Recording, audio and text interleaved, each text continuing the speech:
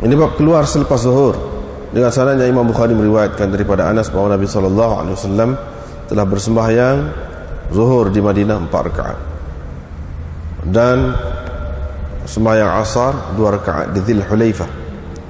Saya mendengar mereka meneriakkan kedua-duanya, meneriakkan, yakni melaungkan kedua-duanya, yakni haji dan umrah sekali. Babul khuruj, ini bab keluar di akhir bulan.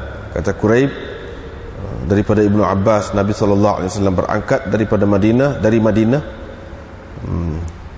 pada 5 hari terakhir daripada bulan Dzulqa'dah, dan dia sampai ke Mekah pada 4 hari bulan Dzulhijjah, yakni pada 4 malam berlalu dari bulan Dzulhijjah, yakni 4 hari bulan Dzulhijjah.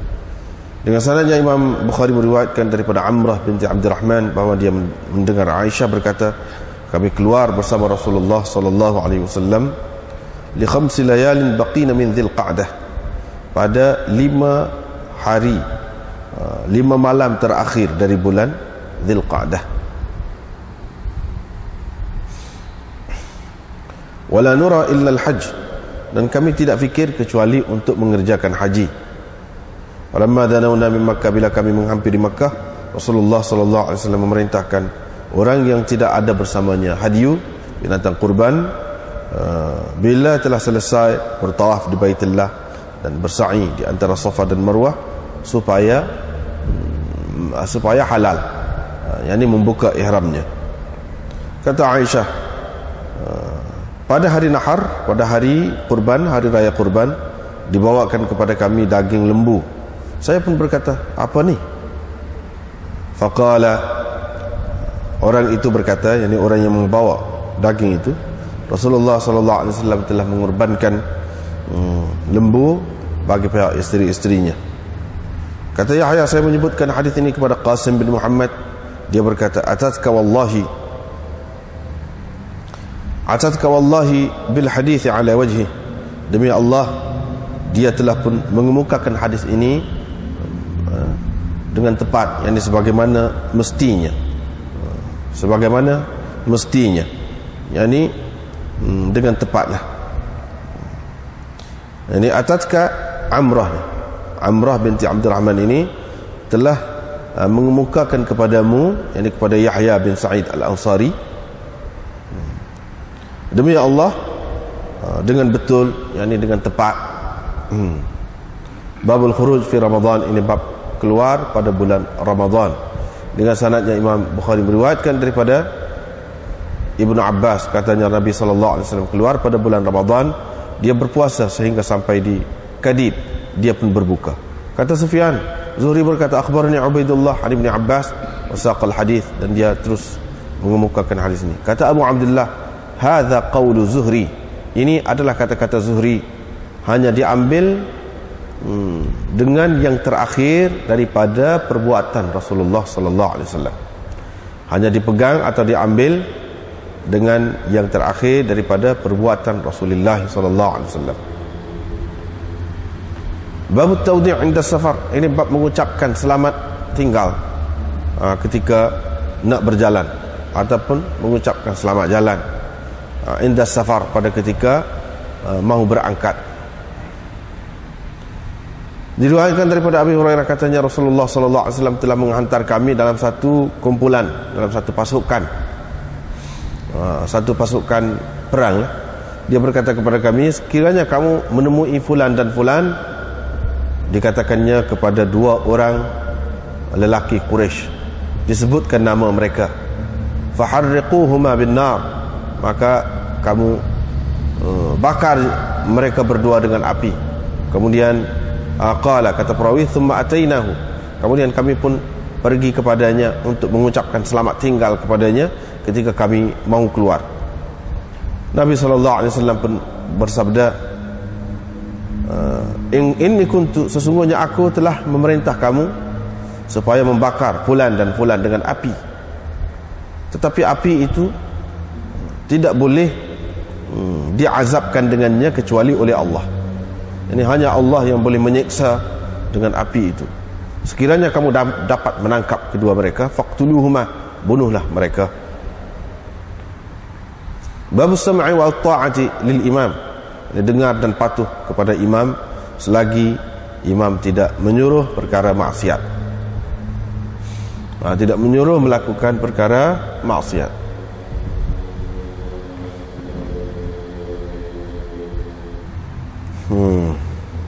Diriwayatkan daripada Ibnu Umar daripada Nabi SAW, sabdanya, dengar dan patuh itu adalah suatu yang mesti, yakni kepada rakyat, kepada pengikut, selagi dia tidak disuruh melakukan maksiat.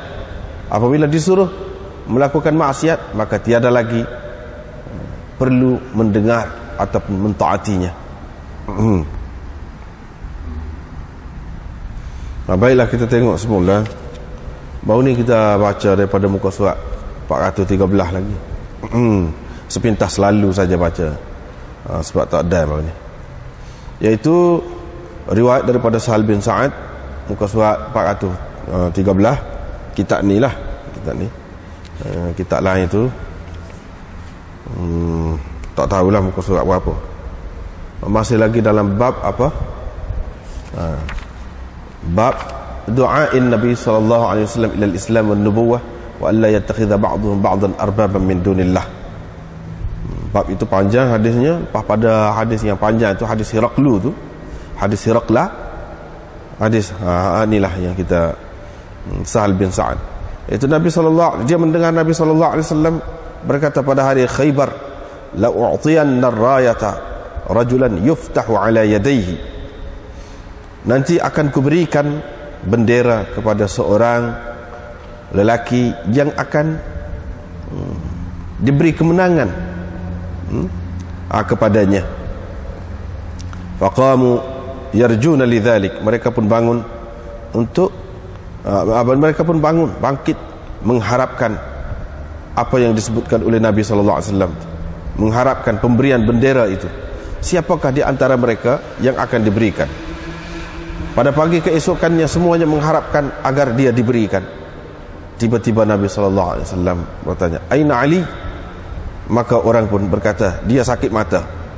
Nabi sallallahu alaihi wasallam pun suruh supaya dibawakan dia ke hadapannya. Bila dibawakan ke hadapannya, fabasaqa fi 'ainaihi, dia pun meludah dalam matanya. Fabara'a makanahu hatta ka'annahu lam yakun bihi syai'. Maka sembuhlah dia, seperti tidak ada apapun yang berlaku kepada matanya sebelum itu. Faqala, Ali pun berkata, nuqatiluhum hatta yakunu mithlana, adakah kita akan memerangi mereka sehingga mereka menjadi seperti kita, yakni menjadi Islam? Nabi sallallahu alaihi wasallam pun jawab, ala rislik, nanti dulu, sabar,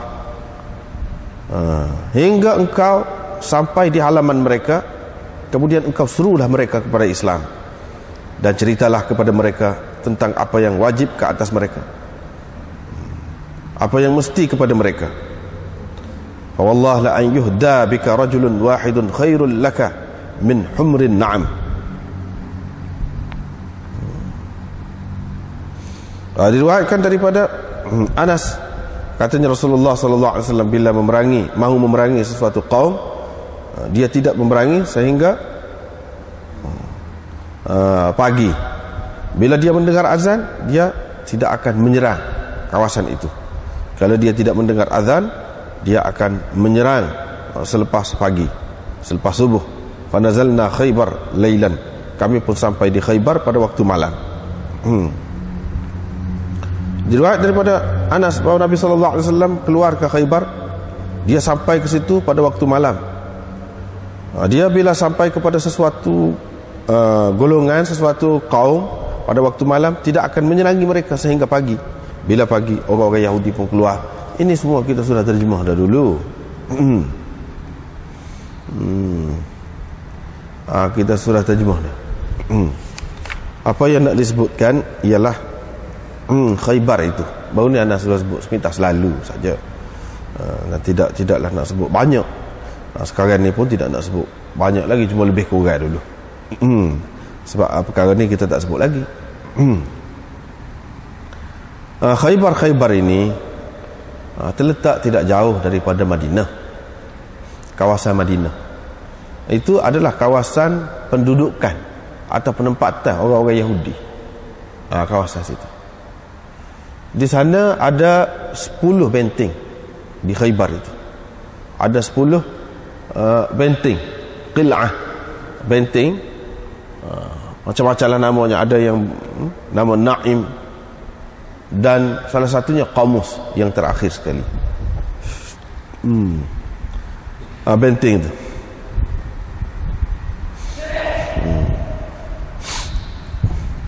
Hadis ini ataupun hadis-hadis seumpama ini, cerita-cerita hak ni dalam kitab-kitab sirah dan dalam kitab-kitab sejarah digembar-gemburkan sangat. Digembar-gemburkan sangat. Kalau kita tengok dalam kitab-kitab sirah dan sejarah, apa teruklah sahabat-sahabat ni, tak ada pun nama mereka tidak disebut. Tak sebut. Hak nampaknya penakluk ataupun yang menguasai Khaybar itu semua sekali Sayyidina Ali. Hak nampaknya serupa dengan cucu-cucu Nabi sallallahu alaihi wasallam lah. Hak kita tahunya, orang Islam tahu, orang ahli sunnah sendiri pun tahu, Hasan Hussein tu ya, cucu Nabi sallallahu alaihi wasallam. Hak lain tak tahu mana. Tak ada siapa dia duk ungkit, duk sebut sangat cucu-cucu Nabi sallallahu alaihi wasallam, sama ada hak lelaki ke atau perempuan. Padahal ramai lagi hak lain. Ini semua permainan ahli-ahli sejarah dan ahli-ahli sirah lah. Kenapa jadi begitu? Serupa juga dengan Khaybar ini. Keliru tu sampai nampak macam Sayyidina Ali lah satu-satu. Dan digambarkan Khaybar ni benteng dia besar tu, pintu dia tu ada yang mengatakan daripada besi, ada yang mengatakan daripada batu. Pintu tu bila perisai Sayyidina Ali ni jatuh, Sayyidina Ali pakai terkal ke pintu tu, ambil cabut pintu tu. Pintu tu setengah riwayatnya kata 40 orang teruk nak akak, setengah riwayat kata 70 orang, tapi setengah riwayat kata 7 orang saja. Ini bercanggah riwayat itu. Tak apalah waktu tu dia akak waktu tu jadi benteng dia, jadi perisai dia, sebagai ganti kepada perisai dia yang jatuh. Danlah dialah dikatakan pada dalam perang Khaybar itu telah membunuh Marhab, seorang pahlawan Yahudi yang hebat itu. Tidak boleh siapa pun nak lawan dia. Sayyidina Ali lah dikatakan yang membunuhnya. Dan dia tetap dengan pedang dia tu, topi besi pecah. Siapa kau gigi bunyi pedang dia tu masuk. Begitulah cerita dalam buku-buku sejarah, dalam Tabari, dalam apa pun lebih kurang begitulah.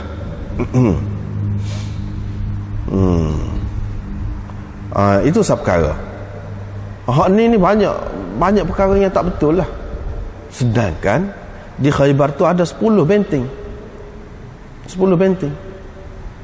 Dan hak Sayyidina Ali diberikan bendera ni satu benteng saja, untuk menguasai satu benteng saja, iaitu benteng Qamus. Namanya Qamus, benteng Qamus. Hak sebelum pada tu sudah dikuasai oleh sahabat-sahabat yang lain ramai, termasuk oleh Sayyidina Abu Bakar salah satu, dan ramai lagi sahabat-sahabat yang lain.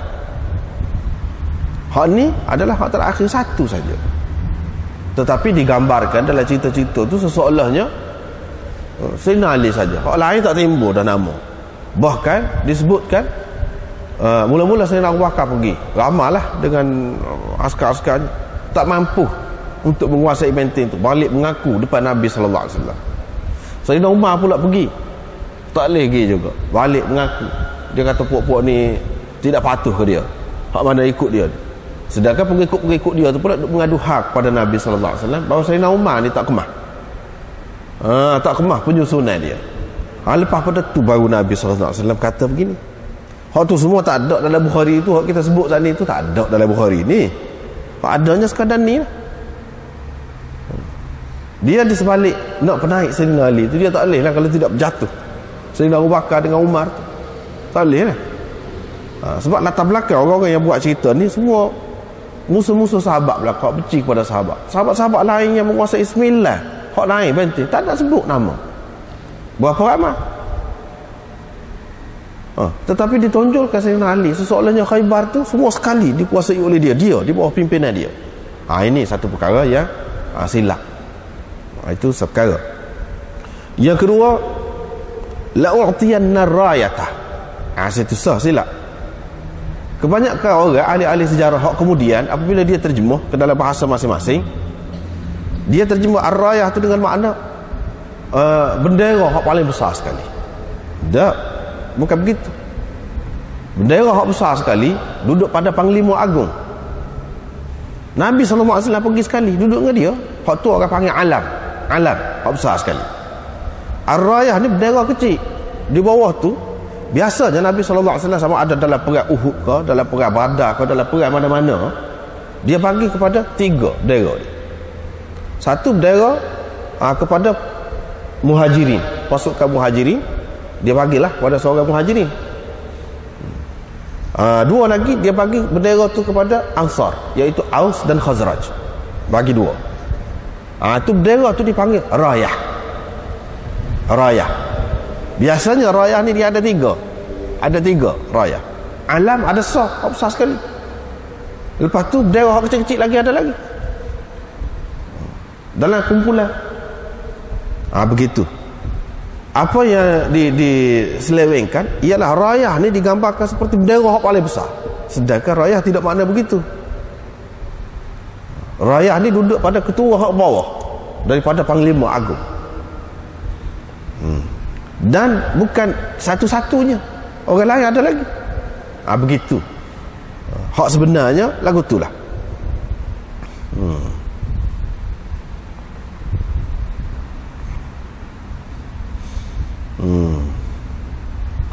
Lepas tu balik kepada hak tadi, apa yang disebutkan cabuk pintu ke apa tu, itu semua tidak ada asas belaka. Tak ada disebut dalam Bukhari, dalam mana-mana kitab-kitab yang sahih, tak ada. Bahkan ulama-ulama hadis mengatakan hak tu semuanya palsu. Cerita-cerita tu palsu, tidak ada. Itu perkara. Yang keduanya dalam Muslim, dalam apa disebutkan yang membunuh Marhab tu, pahlawan Yahudi tu, iaitu Muhammad bin Maslamah, bukannya Sayyidina Ali yang bunuh. Sebab itulah segala anfal hak duduk di tubuh dia tu, dengan baju besinya, dengan pedangnya, dengan gapo, topi besi gapo tu, semua diberikan kepada Muhammad bin Maslamah, diberikan kepada pembunuh orang berkenaan tu lah. Bapa tidak beri kepada Sayyidina Ali kalau dia yang bunuh. Itu perkara. Lepas pada tu dalam riwayat-riwayat banyak, hatta dalam riwayat Ibnu Hisham pun dia sebutkan Muhammad bin Maslamah ni apa ya dia tu bunuh, dia pergi berlawan dengan Marhab tu. Pasal dia kata kepada Nabi SAW, dia ni telah bunuh saudaraku Mahmud bin Salamah. Jadi dia nak menuntut bela lah kiranya. Nabi SAW benarkan dia. Itu cerita. Ada juga dalam setengah-setengah kitab tu dia kata Muhammad bin Maslamah ni dia perang dengan lawan dengan Marhab tu, dia kerak kaki, putus kaki dua-dua. Lepas pada tu baru Sayyidina Ali tu pergi bunuh dia. Ada juga yang mengatakan begitu, tetapi yang lebih sahih dalam riwayat kebanyakannya tidak, Muhammad bin Maslamah. Cuba kita fikir, lagu mana kat Sayyidina Ali ni dia nak pegang apa nama ni, pitu tu nak buat sebagai perisai. Biasalah orang ni kalau dia pegang pedang sebelah, dia pegang perisai alik kiri, pegang perisai alik kiri. Sedangkan dia ni sudah dilantik oleh Nabi SAW untuk pegang dera. Hak pegang dera je dia tidak perang hak tu, dia je pegang, dia kena jaga dera. Begitu hak biasanya. Kalau perisai dia tu, dia tentu tak ada perisai. Hak adanya sama ada dia pegang perisai balik kanan, dia pegang bendera balik kiri, atau bendera balik kanan, perisai balik kiri. Paling-paling nak ada apa. Lepas tu kalau kita kata bendera tu pegang balik kiri, pedang balik kanan, hak kerak berlaku dalam perangnya, dia kena ada senjata ni duduk tangan.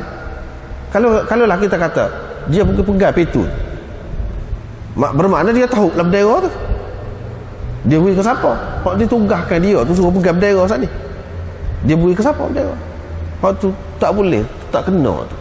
Nak tahu bendera tak kena, ataupun nak tahu pedang pegang perisai sah, pegang bendera sah, tak kena juga. Tidak sesuai tu dari segi logiknya. Dari segi logiknya. Sebab itulah ulama-ulama pertikaikan hak tu. Apabila dia ni tidak ada pedang, duk pegang bendera, orang hak pegang bendera tu dia tidak berlawan. Macam mana pula dia boleh tetap marhab sampai begitu? Dia tak ada pedang. Kalau kita kata alik kanan dia pegang bendera, alik kiri pegang perisai, dah tak ada lah. Macam mana dia boleh berlawan dengan kawan tu pula? Lepas tu mubarazah ni dia dalam keadaan peras secara berdepan begini. Hak dalam kitab-kitab sejarah tu dia sebut mubarazah. Mubarazah ni maknanya dua pasukan bertentang, berdepan. Sebelum perang secara menyeluruh berlaku, diminta alik sana tubik seorang pahlawan dia, alik ni seorang tubik pahlawan dia. Sebagaimana dalam perang Badar, dalam perang-perang lain biasanya begitulah. Hak di padang, di medan. Hak ni tidak begitu. Dia duduk dalam benteng tu. Buat apa ada mubarazah pula tu? Tidak timbul dah masalah mubarazah tu. Iaitu bani panggil nak berlawan seorang sama seorang dulu. Tak ada nama dia, pokok dia nusuk dalam benteng tu. Apa lagi sebelum tu 9 dah. Benteng dia tu telah dikuasai oleh orang Islam. 9 dah. Tentu sekali pokok dia duduk nusuk dalam tu, tak tubik nak berlawan apa je, mubarazah apa, tak timbul dah hak tu. Hak cerita mubarazah ke apa ni cerita kemudian. Lepas tu apabila perang tu, benteng tu dipecahkan, bila perang, hak tu di situlah Muhammad bin Maslamah bunuh tu, tak ada timbul masalah mubarazah apa. Sebab mubarazah ni perang dalam keadaan lain, hak ni dalam keadaan lain. Pergi duduk kepung benteng tu, kaumus tu selama 20 malam, 20 hari duduk kepung. Mana nak tubik mubarazahnya? Bila hari yang keberapa baru tubik? Tak timbul dah hak tu. 20 hari duduk kepung. Akhir sekali berjaya orang Islam tu masuk ke dalam.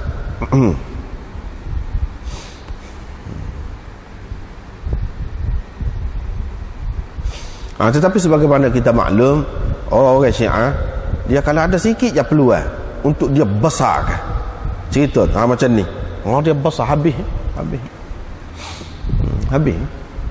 dia besar benar.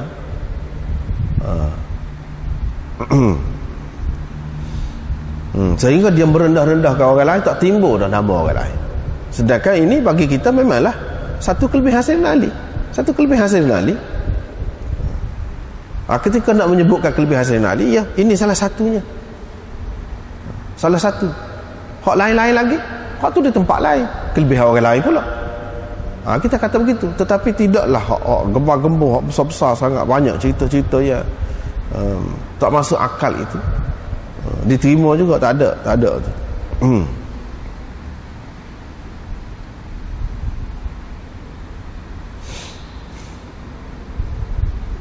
Apa yang nak sebut dalam bab ini, iaitu bila kita nak perang, tidak kata pergi perang selalu, dakwah dulu.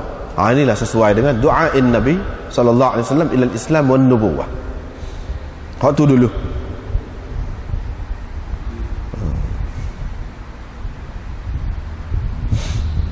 Kalau dia terima Islam, ya.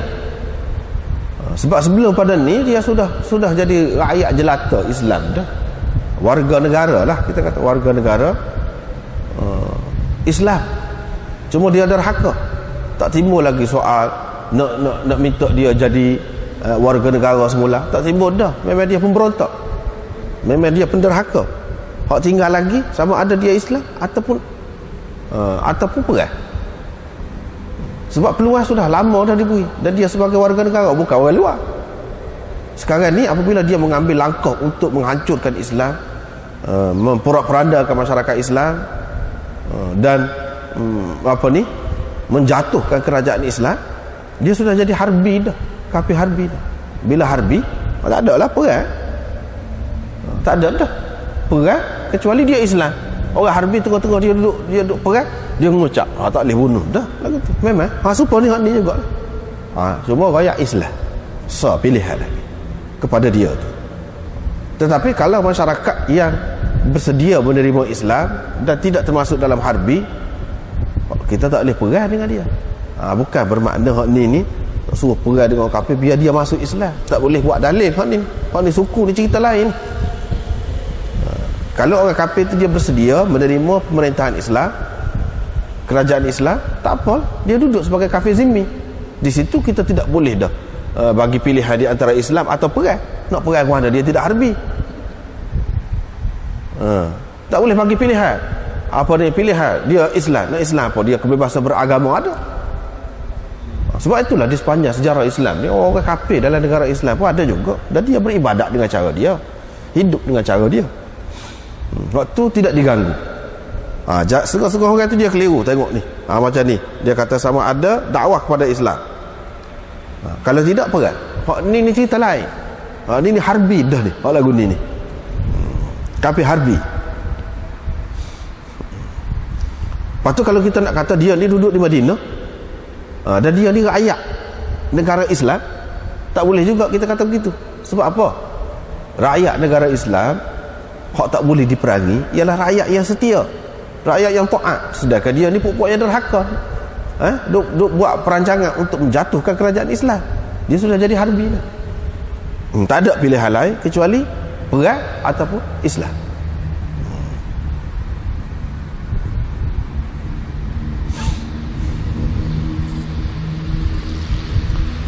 Lepas pada tu Nabi SAW ni bukan nak perang semata-mata.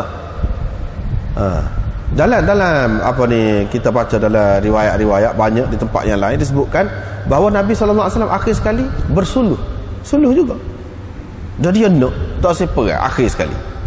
Tak seperang, dan dengan perjanjian apa? Nak bagi separuh daripada hasil mahsul bumi dia tu, tanah-tanah dia tu kepada kerajaan Islam. Tak apa, Nabi SAW terima lagi dalam keadaan itu. Sebab nak bersuluh, nak berdamai dengan kerajaan ni. Tak say dah nak buat lagu tu, masih terima lagi.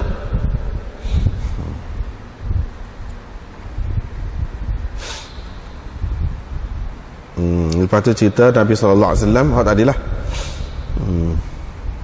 sebab nak perang apa ni, moga gelap nak perang lagu mana tengah malam. Nanti subuh, bila subuh dia dengar dulu ada band ke tidak di kawasan tu. Kalau ada band, dia tidak akan serang. Kalau tidak, dia serang. Lepas tu ada cerita dia pergi ke Khaybar ini pada waktu malam. Bila pagi, orang-orang Yahudi pun keluar bawa cok, bawa cangkul, bawa siku mereka dan raga-raga besar mereka untuk bubuh tanam hasil-hasil tanaman mereka. Bila mereka tengok, mereka kata Muhammad wallahi, Muhammad wal khamis, Muhammad dengan bala tenteranya mari ni. Nabi SAW pun kata Allahu Akbar kharibat Khaybar, inna idza nazalna bi sahati qaumin fasa'a sabahul munzirin. Hak ni cerita hak sebelum tu, hak sebelum daripada nak pergi menguasai benteng Qamus itu. Qamus itu hak terakhir ni, hak mula-mula ni. Hak mula-mula Nabi SAW pergi ke situ. Begitulah yang dilihat oleh orang-orang Yahudi Khaybar, pasukan Nabi SAW pergi. Hak ni cerita mula-mula. Jadi hadis ini dia bercampur ni. Bercampur cerita dulu dengan kemudian. Bukan hak ni baru puak-puak Yahudi tu tahu bila mana Nabi SAW nak pergi menguasai benteng Qamus yang terakhir tu. Hak tu tahu dah banyak hari dah. Hak tu. Hak ni hak mula-mula pergi nak serang. Mula-mula nak menguasai benteng yang pertama lagi. Hak ni yang mereka jumpa dengan Nabi SAW. Puak-puak dia masih duduk keluar lagi, pergi buat hijau ke apa. Lepas pada tu bila dah tahu tu, masuk nusuk dalam benteng belakang lah. Hak ni hak cerita awal lagi.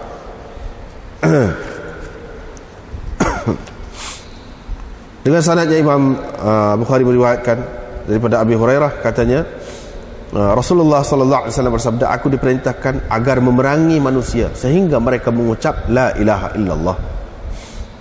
Bila orang itu mengucap la ilaha illallah, berarti dia telah memelihara dariku nyawanya, hartanya dan hartanya, melainkan dengan haknya. Wa hisabuhu 'ala Allah, dan perkiraan tentangnya, hakikatnya terserah kepada Allah.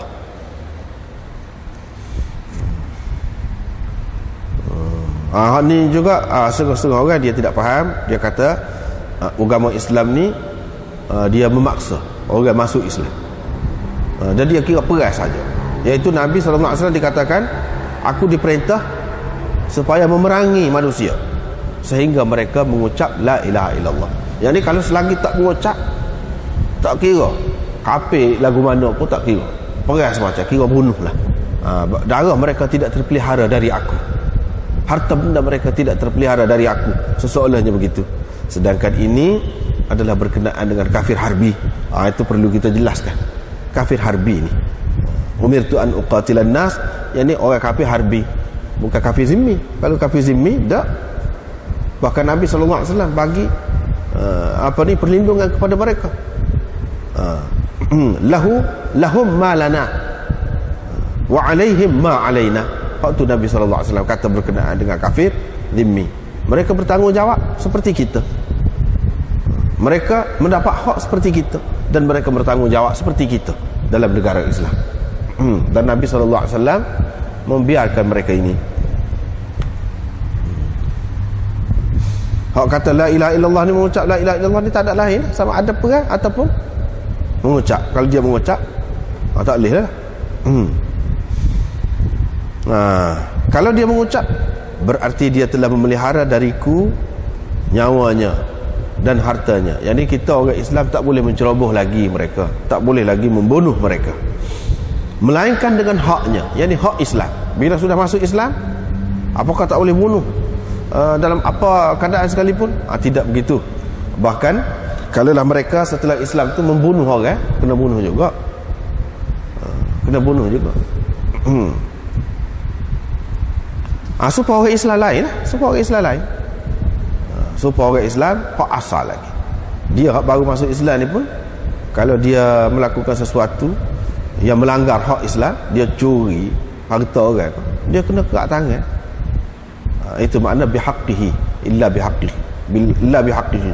Jadi nyawa mereka, begitu juga harta benda mereka tidak terpelihara. Yang ni kena ambil balik lah, dia kena bayar lah ganti rugi ke apa ke. Itu makna hak Islam. Kalau dia merosakkan barang orang, dia kena ganti. Tidak kata tak kena apa dah bila masuk Islam, tidak. Wa hisabuhu 'ala Allah. Ini nak cerita boleh jadi mereka ini dalam keadaan perang ni masuk Islam kerana takut terbunuh, tak seperang. Boleh jadi dia tidak ikhlas masuk Islam tu. Ni disebutkan wa hisabuhu 'ala Allah. Perkiraan tentang hakikat mereka terserah kepada Allah. Hakikat mereka hanya Allah saja yang tahu, kita tak tahu. Bila orang tu dia mengakui Islam, kita terimalah dia sebagai Islam, dan kita kena layani dia sebagai orang Islam. Jadi segala zakat, gapo-gapo hak orang Islam kena bagilah. Hak mana yang berhak tu. Berbeza dengan orang kafir zimmi, dia tidak berhak mendapat zakat gapo tu. Beza. Itu kekurangan lah kita kata kepada orang kafir tu. Tapi kalau hak kafir tu asalnya kafir walaupun harbi, dia masuk Islam, dia ada hak lah seperti mana hak orang Islam. Tanggungjawab dia pun seperti tanggungjawab orang Islam yang lain. Lepas tu sengerti kalau dia masuk Islam, itu makna hisabuhu 'ala Allah, terserah kepada Allah. Allah SWT sahaja yang tahu. Begitu juga dengan orang-orang Islam yang lain. Bila-bila pun begitulah sikap kita. Bila dia tu mengaku Islam, dia semaya zahirnya Islam, kita kira dia Islam. Kita tak boleh mudah-mudah nak kata dia tu tidak Islam apa-apa, kau tak boleh. Lepas tu hakikat dia, kalau dia munafik kau sebenarnya, serah kepada Allah, serah kepada Allah SWT.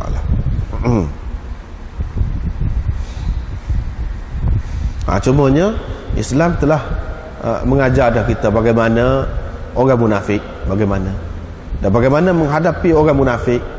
Kita kena tahulah.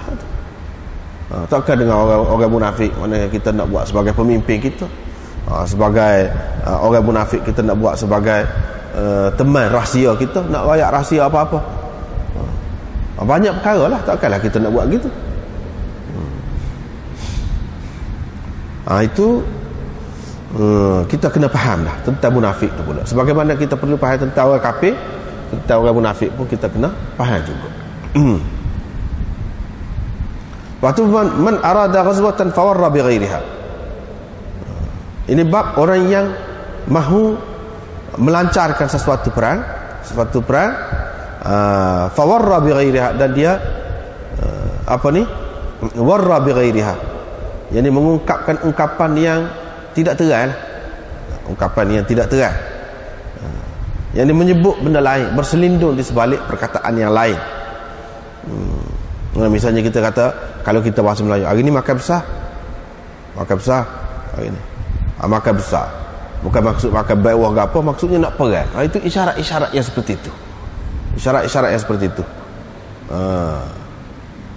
Hari ni kita nak pergi sana, nak pergi saja, sebut nak pergi saja, sebenarnya nak pergi perang, dia sebut nak pergi saja.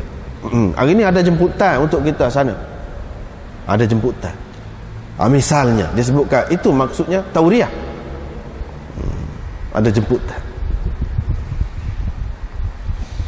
Nabi SAW selalu buat gitu, dia tidak oyak terang-terang. Sebab apa? Sebab orang-orang munafik ramai. Ni nak ayatnya, apabila munafik, bila kita ni tahu dah di kalangan masyarakat ni ada hak ikhlas ngerti, ada hak tidak ikhlas ngerti, hakikatnya kita serah kepada Allah SWT, tapi Nabi SAW tunjuk dah kepada kita tanda-tanda dia dan bagaimana sikap Nabi SAW dalam menghadapi orang-orang munafik. Misalnya dalam masalah nak pergi perang, dia selalu menggunakan tauriah, ungkapan-ungkapan apa ni yang tidak terang lah. Macam saat ni lah kita kata, hari ni kita ada jemputan sana, ada jamuan besar, misalnya yang seumpama itu, sahabat-sahabat faham apa yang dia sebut gitu, takut puak-puak munafik ni dengar, kalau rakyat kata kita nak pergi serang puak-puak ni, dia pergi rakyat. Dalam masyarakat tu ada hak tidak Islam, sebab orang Yahudi, ada hak munafik, hak masuk Islam tu kerana pura-pura, sebenarnya dia tidak Islam. Puak-puak ni akan bocorkan rahsia tu. Maka sukarlah untuk nak menghadapi keadaan itu. Sebab itulah Nabi SAW guna begitu. Wa man ahabbal khuruj yaumal khamis, dan orang yang suka keluar pada hari Khamis untuk perang, pada hari Khamis.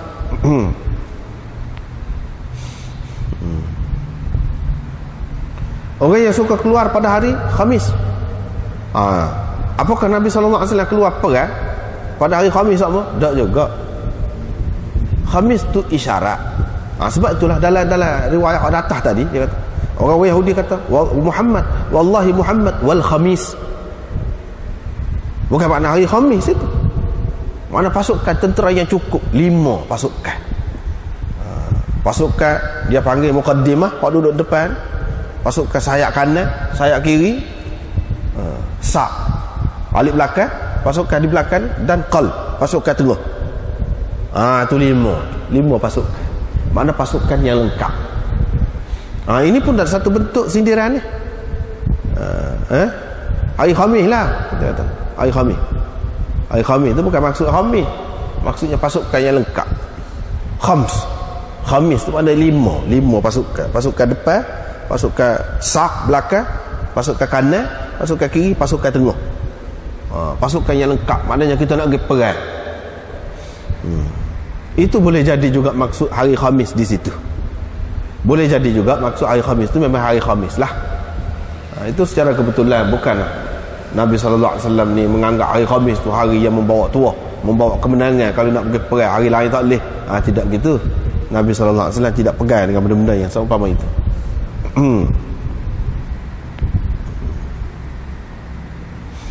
Lepas tu cerita Abdul Rahman bin Abdullah bin Ka'ab bin Malik, bahawa Abdullah bin Ka'ab bin Malik, dia ni yang memimpin Ka'ab daripada anak-anaknya. Ka'ab bin Malik ni salah seorang sahabat yang ketinggalan, yang tidak ikut serta dalam perang Tabuk.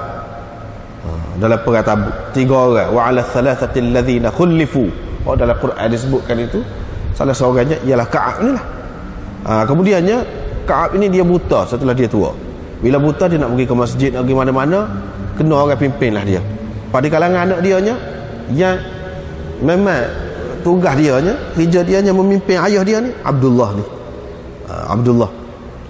Abdullah bin Ka'ab bin Malik. Dia ni yang memimpin Ka'ab dari kalangan anak-anaknya. Yang ni memimpin kalau nak berjalan, nak pergi mana-mana, dia lah je bawanya. Pegang tangan ke, pegang tukak dia ke. Moga dia buta kemudiannya. Dia berkata, saya mendengar Ka'ab bin Malik, yakni ayah dia lah, bila dia ketinggalan daripada mengikuti Rasulullah sallallahu alaihi wasallam. Yakni bila dia ketinggalan di belakang, daripada mengikuti Rasulullah sallallahu alaihi wasallam.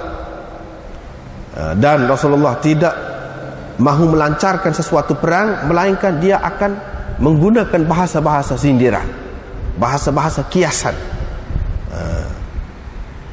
Dia akan ungkapkan ucapan lain, bukan perang. Begitu katanya. Lepas tu ni pula sanad lain ni, dia kata, saya mendengar Ka'ab bin Malik berkata Rasulullah sallallahu alaihi wasallam jarang sekali dia mahu melancarkan sesuatu perang, melainkan dia akan menggunakan satu ungkapan selain perang, selain ungkapan ataupun perkataan perang. Yang dia akan menyindir ataupun akan menggunakan bahasa kiasan untuk menunjukkan perang itu. Sehinggalah peperangan Tabuk. Peperangan Tabuk ni Nabi sallallahu alaihi wasallam tak kiyah. Royak terang. Kita nak pergi perang sana. Royak terang.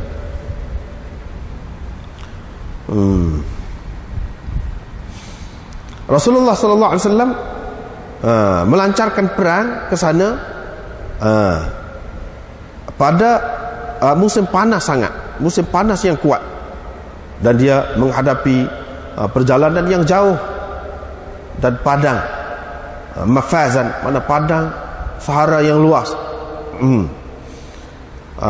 Wastaqbala ghazwa aduwin kathir, dan dia menghadapi musuh yang ramai, Dia pun menyebutkan dengan terang kepada orang-orang Islam supaya mereka bersiap siaga untuk menghadapi musuh mereka, dan dia menceritakan kepada mereka arah tuju yang dikehendakinya, diceritakan. Lepas tu dia bagi sanad lain pula. Tadi jugalah riwayat daripada Abdurrahman bin Ka'ab bin Malik, tapi ni Abdurrahman bin Ka'ab bin Malik, seseolahnya Abdurrahman ni cucu dia ni tu meriwayatkan daripada Ka'ab bin Malik. Tadi ada di celah tu Abdullah anak Ka'ab bin Malik. Di sini riwayat ni tak ada bahawa Ka'ab bin Malik berkata, laqallama kana Rasulullah sallallahu alaihi wasallam yakhruju idza kharaja fi safarin illa yaumal khamis. Ni macam ada berlaku inqita' lah. Ada berlaku inqita' dalam sanad dia tu. Diriwayatkan daripada Abdurrahman bin Ka'ab bin Malik daripada ayahnya. Daripada ayahnya Abdurrahman bin Ka'ab bin Malik daripada ayahnya. Cuba kita perhati tu. Dia kata Abdurrahman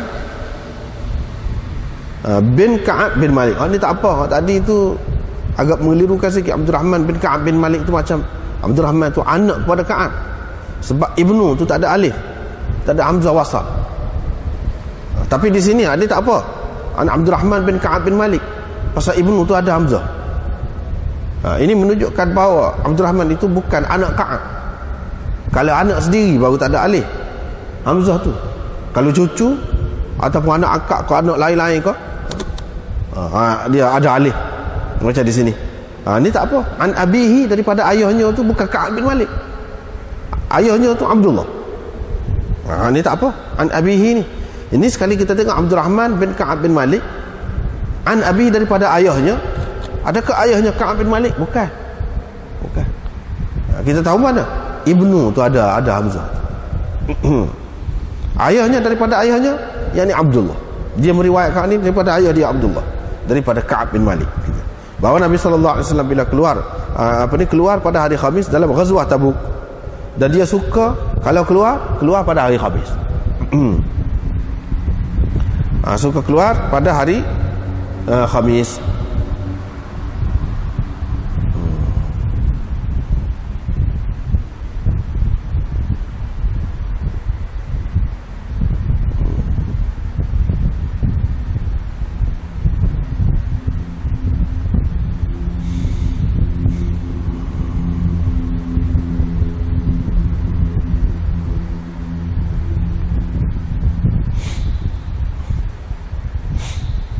Kalau kita tengok dalam hasyiah nombor 4 tu, di sini nampak Nabi sallallahu alaihi wasallam suka keluar kalau nak pergi perang pada hari Khamis. Tidak mesti begitu.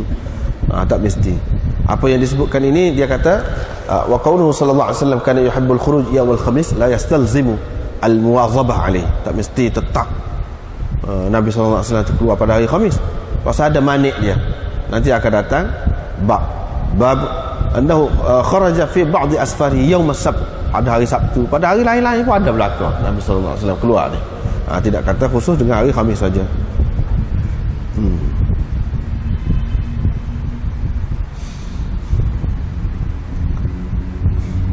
Ini cerita tentang masa keluar pula, masa keluar. Babul khuruj ba'da zuhur. Ini bab keluar selepas zuhur. Keluar selepas zuhur. Faham ni keluar ni bukan keluar untuk pergi perang. Keluar untuk pergi buat haji. Keluar untuk pergi buat haji. Tetapi apa ni? Apa yang Imam Bukhari buat mari sini sepatutnya dalam buat haji. Hak ni bab jihad ni bab perang. Keluar selepas zuhur sepatutnya untuk perang. Ni hadis dia buat mari ni. Hadis Nabi sallallahu alaihi wasallam keluar daripada Madinah. Di Madinah dia sembahyang zuhur 4 rakaat. Sampai di Zulhulaifah dia sembahyang asar 2 rakaat. Qasar. Lepas tu saya dengar mereka itu berteriak ataupun melaungkan ucapan talbiyah. Ucapan talbiyah labbaika hajjan wa umratan. Yani labbaika hajjan wa umratan. Yani ucapan talbiyah itu dengan menyebutkan haji dan umrah. Ni masa nak pergi Fatih apa ni? Tahun yang ke-10 Hijrah tu. Apa makna? Tahun yang ke-10 Hijrah tu. Supaya juga bab seterusnya. Bab keluar di akhir bulan. Bab keluar di akhir bulan. Hak ni pun cerita nak pergi haji tu. Nak pergi haji. Haji wadah. Bab apa ya Imam Bukhari ni sebutkan ni dalam bab jihad ni. Dia nak ayatnya Nabi sallallahu alaihi wasallam kalau keluar tu dia tidak keluar saja. Memang ada persediaan juga. Maknanya untuk perang. Tidak kata keluar saja. Siap siaga juga. Siap siaga juga. Diriwayatkan daripada Abi Qilabah daripada Anas bahawa Nabi sallallahu alaihi wasallam sembahyang zuhur seperti tadilah. Babul khuruj akhir asy-syahr. Ini bab keluar pada akhir bulan. Dia nak ayatnya masa keluar tu tak apa, masa mana-mana pun. Masa keluar tu tak apa. Keluar nak pergi haji ataupun keluar nak pergi umrah, keluar nak pergi perang, masa mana-mana pun tak apa. Selain daripada itu Imam Bukhari buat mari hak ni cara ke haji ni apa dalam kitabul jihad ni. Sebab kan Nabi sallallahu alaihi wasallam ada isyarat juga kepada orang perempuan itu, iaitu jihadukunnal hajj. Jihad kamu ialah haji. Jadi haji itu satu bentuk jihad juga. Satu bentuk jihad juga. Susah juga.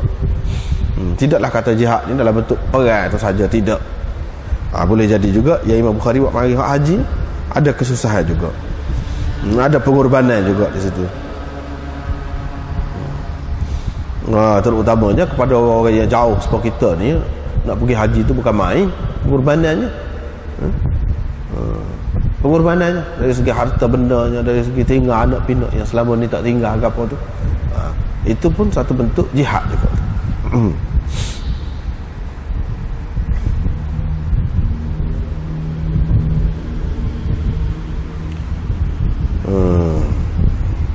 Lepas tu khuruj akhir asy-syahr.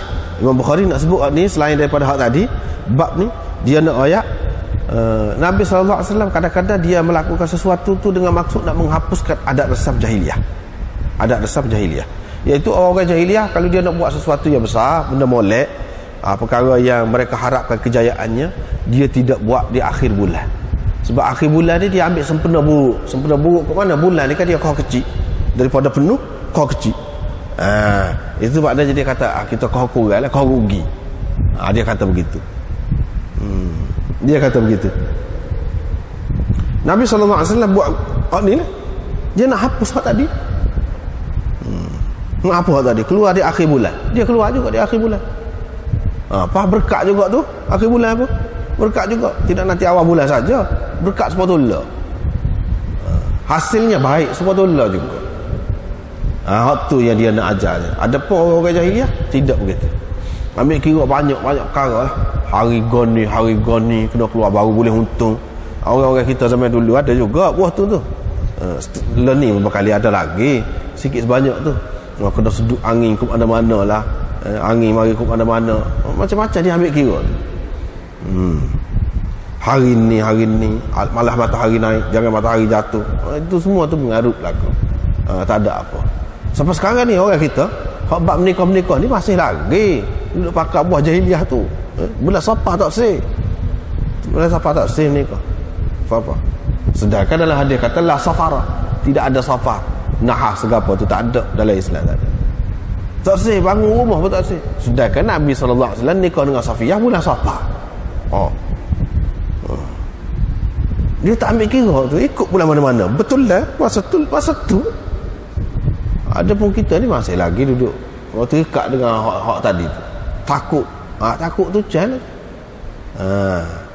Itulah ujian tu, iman setara mana. Takut kalau tidak, kalau menikah pada bulan Safar ni tak kekal lah hubungan tu apa tu semua. Betul lah pula ayat, kata ayat tes Safar. Tu kebetulan pada musim tu boleh jadilah keadaan cuaca apa menyebabkan ayat-ayat tu mampu. Itu suatu kebetulan. Sebab musim hujung tahun ni kan hujan kita. Sebagai gitu ya waktu tu. Yang mana kalau kita boleh tahu sebabnya, kita boleh mengatasinya juga. Boleh mengatasinya juga. Jangan kita anggap benda ni ada kuasa gaib, ada Allah SWT buat hari-hari tertentu nahas, hari ni tuah, hari ni apa ni. Itu tak ada dalam Islam, tak ada. Benda-benda ni mari ni Syiah banyak benda. Semasa anda duduk di India dulu, kalender banyak benda lah. Kalender hari ni nahas, bukan setakat hari saja, pukul sekian nahas, daripada jam ke jam tu. Hak ni tuah, hak ni nahas, hak ni tuah, hak ni saat, hak ni nahas, hak ni saat, hak ni nahas. Bukan setakat hari saja, jam ke jam tu, tiap-tiap hari tu dia sebut. Bahawa orang bomo pun ambil kira juga tu. Ketika dia nak bomo jenis ni, kena masa ni, masa ni tak boleh nahas. Ini semua ni pengaruh tu berlaku. Tak ada kena-mengena berlaku tu.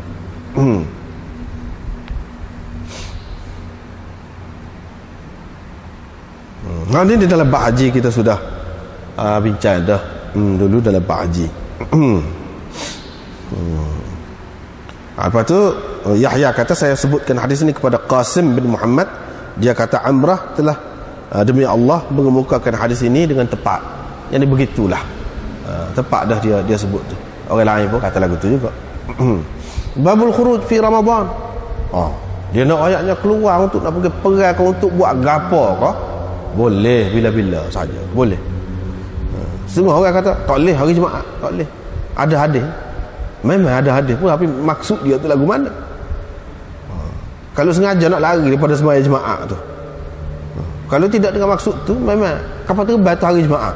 Lepas kita nak tunggu hari lain, dah kapal terbang tak ada, nak mana? Tak apa kalau lagu tu. Dah kapal terbang tu hari Jumaat, nak mana? Boleh kita halih kau tu. Tak boleh halih. Ataupun kalau kita dah sini pagi kita pergi sana sembahyang Jumaat, boleh juga kalau kita nak sembahyang Jumaat sana. Bukan dengan maksud nak lari, tak apa. Bukan dengan maksud nak lari.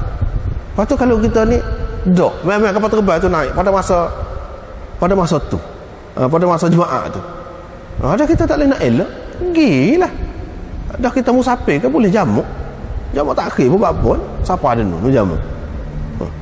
Tak jadi masalah tu, tak susah. Kita saja buat susah. Ni keluar pada bulan Ramadan. Setengah orang kata bulan Ramadan nak tarawih lah, bulan Ramadan nak puasa dah, kira nak tidur lah. Tidak gitu. Nabi SAW perang berapa kali bulan puasa. Dah pergi dengan apa maksud dia, keperluan pada bulan puasa, dia pergilah pada bulan puasa. Tidak kata bulan puasa ni bulan ibadat, jadi kita tak boleh nak pergi mana-mana. Tidak lagu tu. Sepatutnya kita naknya orang Islam ni setiap gerak-geri dia buat apa pun ibadat belaka. Dia berasa ibadat. Sebab dah dia buat tu betul, apa tidak ibadatnya? Kecuali kalau dia nak pergi buat maksiat, macam mana nak jadi ibadat, tak bertukar jadi ibadat waktu tu. Faham tu tidak nanti bulan puasa, bulan lain pun tak boleh. Kalau kita duduk situ senang. keluar pada bulan Ramadan. Jadi dia tulis bawah tu kecil tu, min ghairi karahah, tanpa makruh, tak ada makruh ke apa, tak ada. Serupa dengan bulan-bulan lain. Bahkan hak Nabi SAW tunjuk di sini, riwayatkan daripada Ubaidillah, daripada Ibnu Abbas, katanya Nabi SAW keluar pada bulan Ramadan, dia pun puasa sehingga sampai ke Kadid, dia pun buka. Dia nak ayat dia buka bila dalam perjalanan. Tapi orang kita ni kadang-kadang lebih warok lagi daripada Nabi SAW.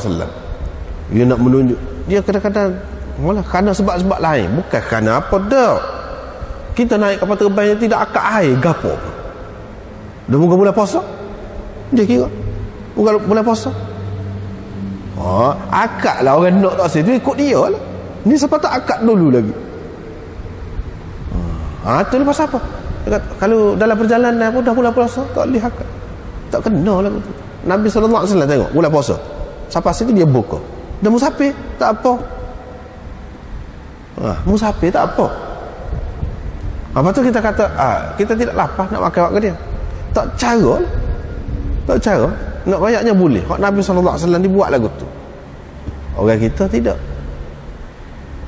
Tidak begitu. Dia siapa dalam kapal terbang tu tak ada hidangan pun pada bulan puasa. Mana muka dia kira orang Islam belakang dia pada Kelantan naik Kuala Lumpur, dia kira lagu tu. Padahalnya kalau Islam apa-apa dia, kalau dia nak buka, kalau dia nak buka boleh dah. Itu salah faham, tak kena tu. Tak kena. Lepas tu bila kita hidang dia tak saya ikut dia lah. Hidang kat dulu. Tapi setengah-setengah tu pasal sebuah salah. Dia tengok orang ni tak minum, dia tak minum, dia pun jadi tak minum jugalah. Terikut-ikut sebenarnya, terikut-ikut. Cuba kita tengok sini. Nabi SAW keluar pada bulan Ramadan, dia puasa mula-mula. Lepas tu bila sampai di Kadid, dia buka. Lepas tu masing-masing lah, masing-masing. Qala Sufyan, kata Zuhri, akhbarani Ubaidullah an Ibn Abbas wasaqal hadis, dan dia kemukakan hadis itu. Kata Abu Abdullah, ini adalah kata-kata Zuhri. Hak mana? Wa innama yu'khadhu bil akhir min fi'li Rasulillah sallallahu alaihi wasallam. Yang dipakai, yang dipegang ialah perbuatan Nabi sallallahu alaihi wasallam yang terakhir. Hak ni Nabi sallallahu alaihi wasallam buka pada bulan puasa ni, dalam perjalanan dia, itu adalah perbuatannya yang terakhir. Dengan sebab itu kita boleh pakai, boleh pegang lah hak tu. Orang duduk kata Nabi SAW tak buka, itu hak dulu. Adalah ketika Nabi SAW dalam perjalanan dia terus puasa, ada juga. Tapi hak tu hak dulu, hak ni hak kemudian. Zuhri kata dalam masalah hukum ni kita kena kira hak terakhir. Nabi SAW buat lagu mana? Supaya banyak hukum hak lagu ni, sembahyang jenazah ke apa, Nabi SAW takbir ada 9 kali, ada 7 kali, ada 6 kali, ada 5 kali, ada 4 kali. Maka nak kira dalam riwayat nak pegang hak mana sah? Ahli sunnah daripada zaman sahabat dulu terima 4 kali. Pasal apa? Dia tengok hak terakhir Nabi SAW buat lah ke mana. Kaedah tu serupa juga. Nabi SAW kata innamal ma'u minal ma', baru kena mandi apabila keluar air mani. Yang dia kalau bagi orang yang suami isteri lah, di peringkat permulaan dulu, kalau tak keluar air mani walaupun sudah berjimuk, tak kena mandi. Baru kena mandi kalau keluar air mani. Kalau tak keluar, tak kena mandi walaupun berjimuk. Itu di peringkat permulaan. Lepas pada tu ada yang pakai begitu selepas Nabi SAW wafat. Ada yang pakai begitu, ada yang kata tak, walaupun tak keluar apa kena mandi, khilaf. Pakai pergi tanya isteri-isteri Nabi SAW. Mereka rakyat hak terakhir lagu mana, iaitu sama ada keluar air, kau tidak keluar air, kau kena mandi belakang. Keputusan mereka dipegang oleh sahabat-sahabat yang lain, sahabat-sahabat besar. Pasal apa? Ini masalah dalaman, masalah hubungan suami isteri, siapa dia lebih tahu. Ini pun dia merujuk kepada kaedah yang sama juga, iaitu perbuatan Nabi SAW yang terakhir bagaimana. Banyak lagi lah hak lain-lain tu, ambil kira yang terakhir. Babut tawdi' inda safar, ini bab mengucapkan selamat tinggal ataupun selamat jalan pada ketika nak berjalan. Hak ni mengucapkan selamat tinggal atau selamat berjalan ini bukan sahaja perjalanan biasa. Untuk pergi perang pun lagu tu juga. Sebab itulah Imam Bukhari buat mari ni at-tawdi' inda safar. Inda safar ni safar untuk pergi perang ke ataupun tidak perang, hal tu termasuk berlaku. Lepas tu ucapan tawdi' ni dia termasuk juga orang yang pergi nak tinggal. Kalau lagu tu tawdi' tu dengan makna ucap selamat tinggal. Boleh juga dengan arti tawdi' ni orang yang tidak nak pergi, dia nak melepaskan orang yang nak pergi tu pergi. Itu ucapkan selamat jalan. Tawdi' boleh kedua-duanya di sini. Bahkan kalau kita tengok kepada hadis ini, hadis yang dikemukakan oleh Imam Bukhari menunjukkan orang yang nak pergi berjalan tu dia ucapkan tawdi'. Menunjukkan di sini ucapkan selamat tinggal. Sahabat-sahabat dia ucapkan selamat tinggal kepada Nabi SAW. Boleh. Nabi SAW tidak larang untuk pergi ucap selamat tinggal, selamat jalan kepada orang itu, tak apa. Ada asalnya. Dan perjalanan biasa pun boleh, perjalanan untuk pergi perang pun boleh. Nabi SAW buat lagu tu.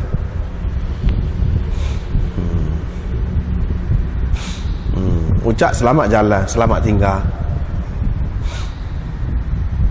Ibnu Wahab berkata, akhbarani Amrun an Bukair an Sulaiman bin Yasar an Abi Hurairah, katanya Rasulullah SAW menghantarkan kami dalam satu pasukan tentera, dan dia berkata, kalau kamu berjumpa dengan fulan-fulan, dia maksudkan untuk dua orang Quraisy, dan dia sebutkan namanya, faharriquhuma bin nar, kamu bakar dia dengan api.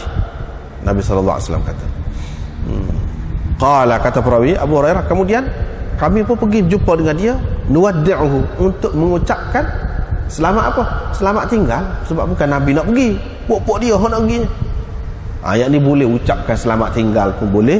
Kita nak pergi jalan mana-mana, kita pergi jumpa dengan orang, nak jumpa mata dengan dia lah, nak ucapkan selamat tinggal kepada dia, boleh.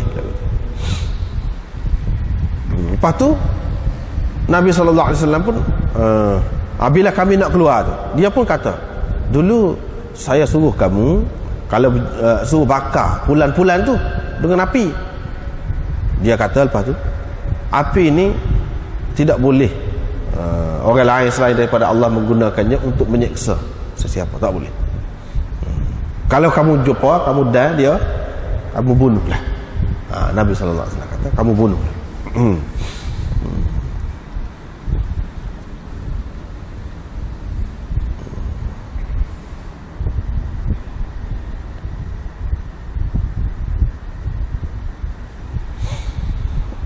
Begitulah. Babus sam'i wa ta'ah lil imam ma lam ya'mur bi ma'siyatin. Ini bab dengar dan patuh kepada imam selagi dia tidak menyuruh melakukan kederhakaan ataupun maksiat. Kalau dia suruh, tak boleh patuh, tak boleh patuh. Walaupun dia Islam. Hak untuk mendengar dan patuh setia kepada pemimpin yang macam tu sudah hilang. Kalau dia suruh, kalau dia memerintahkan, kalau dia buat secara peribadi dia, itu lain. Itu lain. Kita kena dengar lagi. Kalau dia buat secara peribadi, dia buat maksiat, kita kena dengar lagi. Tapi kalau dia suruh, dia menaja benda tu, kalau dia tidak suruh pun dia menaja benda tu, dia bagi kemudahan kepada orang, maka tidak ada dah tanggungjawab. Kewajipan kita taat kepada dia, nak dengar kata dia tu dah.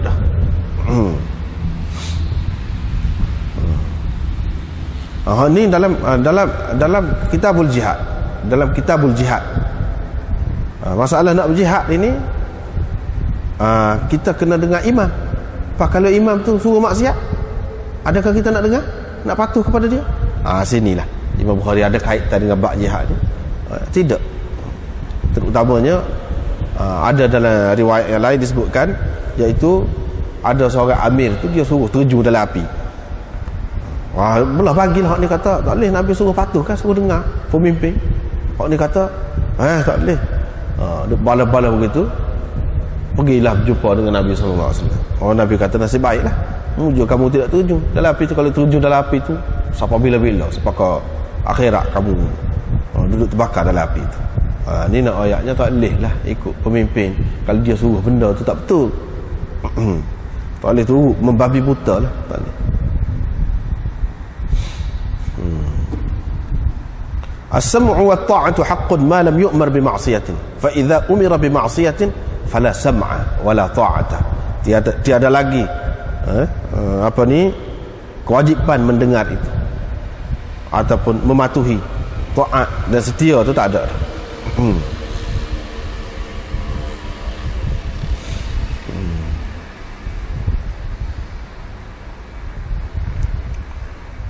Gitulah.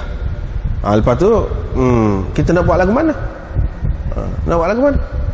Kalau berlaku gitu, kena buat dia lah, singkir dia lah. Tak perlu jadi pemimpin lah lagu tu. Kalau dia jadi pemimpin, kita kena dengar. Nak dengar lagu mana? Dia buat maksiat, dia duk suruh mana maksiat, tak boleh. Caranya iaitu kita kena singkirkan lah dia. Jangan lagi dia jadi pemimpin, pilih orang lain lah, hak taat. Maknanya untuk menjadi pemimpin kita. Begitulah kira-kiranya. Babun yuqatilu min wara'il imam wa yuttaqa bihi. Sekat itulah. Allahu a'lam.